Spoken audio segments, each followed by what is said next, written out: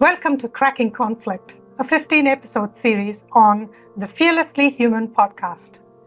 I'm Kavita Khanna, a leadership and culture strategist, coming to you from Aotearoa, New Zealand. And I'm Dr. Vicki Dalton, a clinical and forensic psychologist tuning in from Indianapolis in the US of A.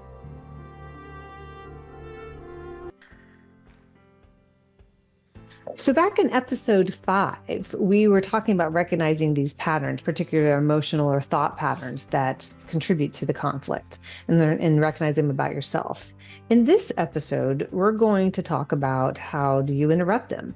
Managing your strong emotional responses is the episode titled 6. This episode explores real struggles to regulate the emotional reactions before they really derail you or the relationship or the meeting.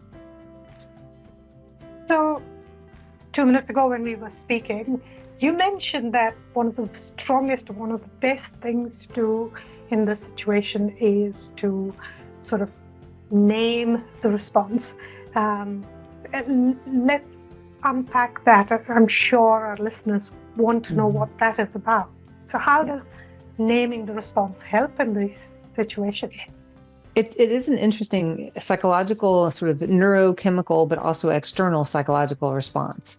It's kind of funny when you think about little children, at least here in the US, and they're getting upset. We say things to them like, use your words, use your words. We're asking them to label what they're thinking and feeling instead of the emotional kind of outpouring or temper tantrums. And while I hope we're not talking about temper tantrums in the boardroom, I think some of us have had some experiences of that. I probably can't say to the CEO across the table, use your words, even though I might want to. But it's the same kind of concept.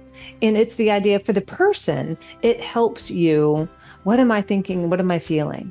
I am angry. But what am I angry about? I am frustrated. I am disappointed. You're labeling the emotion. And by doing so, you're helping yourself identify what's the problem. Remember back to those episodes, what's the problem we're trying to solve? It is also helpful on the other end to acknowledge that other person's emotion, to acknowledge when that happens, because it helps validate your feeling is real. We need to move away from the feeling though, and into problem solving. But it is ironically one of the best ways to regulate yourself and frequently other people even, but mostly for yourself. I am feeling frustrated right now. I am feeling disappointed right now. It isn't quite as helpful to tell somebody what they're feeling, but for you to describe it as, it feels like you're pretty upset right now. Can you tell me a little more about that, Kavita? And it gives them a chance to then shift over to talking about why they feel that way, not just that they are. And it helps them start to think. So what I have seen is that leadership, and maybe even the organization itself, really just tries to kind of blow past that emotion instead of managing. Can you speak to that a little bit more? Yes, having both sat through some of these uncomfortable conflict situations and helped facilitate some of them.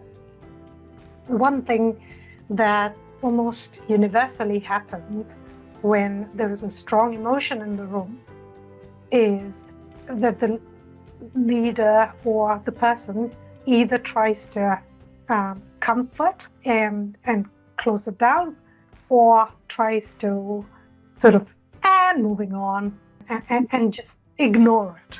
And that's pretty much when you can almost instantly see people switch off or people kind of smirk.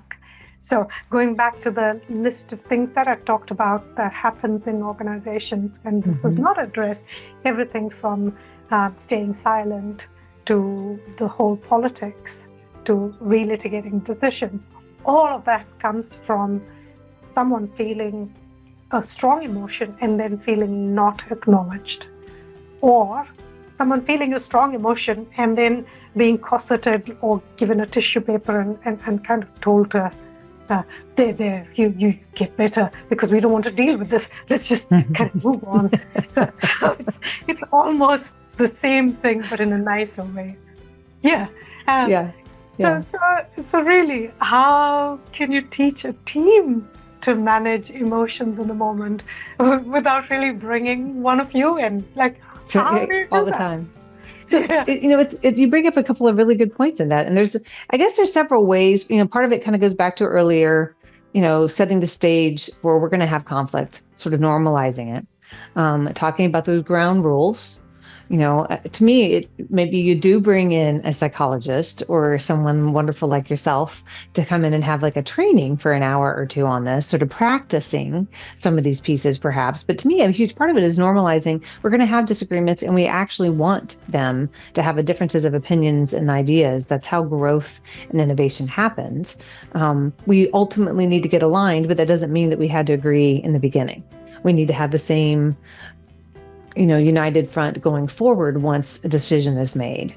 But if people don't feel heard and valued, they'll have a harder time being on board with that alignment. So teaching from the top down is the best if we can. Having some healthy modeling. So maybe some of the middle management being able to acknowledge somebody else's feelings or for themselves. I have seen some meetings get managed incredibly well by some folks that are pretty junior in the room by saying things about, I'd like to kind of call for a break if we could for a minute. I can find myself getting a little bit heated and I'd like to have a moment or two for my thoughts. How does everyone else feel about that? Like kind of managing those kind of things with the intention of let's coming back to the table to problem solve. We're going to come back and revisit this here, but let's take a break, kind of a thing, as opposed to let's just move on. The next agenda item. I was in a meeting once, probably I won't disclose, or I heard about this meeting, we'll call it that way. The idea of someone did throw, they were full-fledged amygdala hijack, angry, and they were a pretty senior person in the room. In the culture, everybody's like shut down, like the silence, like, okay. And it was in response to somebody else sharing their frustration or their disappointment. And the leader navigated that beautifully, insulting to a certain extent, but beautifully in terms of it brought some humor, but it also, I want to hear more ideas. I don't want to shut this down. Unfortunately, he was condescending and he was like, now that we've heard from the 5-year-old over there in the corner throwing a temper tantrum, let's go ahead and have some other ideas. That part wasn't as graceful, but he pointed out, people laughed, and because they were good friends, he got away with it. And he was the owner of the company. So he got away with it. But the reality is not to negate people's feelings.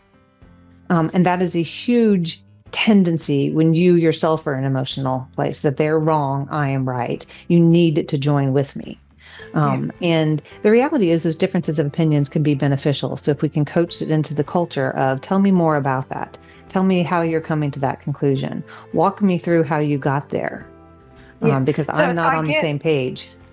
So I guess even as a leader or somebody in the team, being a little bit more aware of your emotions when the emotional cauldron is bubbling, you can create that circuit breaker, can't you? By just saying, by bringing it to yourself, I think we need a break, I need to just reset or something, rather than putting it on the person who's having that emotional reaction. And even creating that break is helpful, isn't it?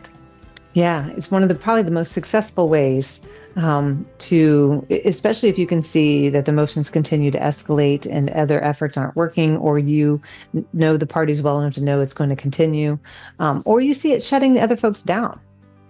To your point about the silence. And the other thing that I realized as you were saying is this kind of setting those ground rules, particularly when decisions are made, kind of getting people to be okay with conflict, saying, and I've seen this done really well in a few settings where either the facilitator or the leader stands up and says, we're going to make decisions at the end of this, so we're going to have lots of ideas. No idea is a bad idea, and no one's going to shut down ideas. But at the end of this, we'll make a decision either by voting or we'll just put up our hands, who can live with this, who hates this, and who loves this, or some kind of a scale that everyone agrees. And so it takes away the sting of my idea was failed. Yeah. A win or loss kind of a column. And really what you're talking about is creating the culture of, it's not necessarily, equal across the board. A lot of times sitting in these rooms, there are some people's votes might matter more. In some of these organizations, they're having these heated meetings, but a decision has to get made, and it probably will get made from the top, but they're looking to influence other people. And so there's value in communicating effectively and well. There isn't a problem about having the conflict. it's about not knowing it was coming or not knowing what to do when it happened. Yeah. So being emotional isn't the problem. It's really being unprepared for that. Right. So the next Right. time we're going to unpack why listening might be the most powerful conflict tool you're not using. And we'll teach you, or we'll show you how to turn silence into strategy.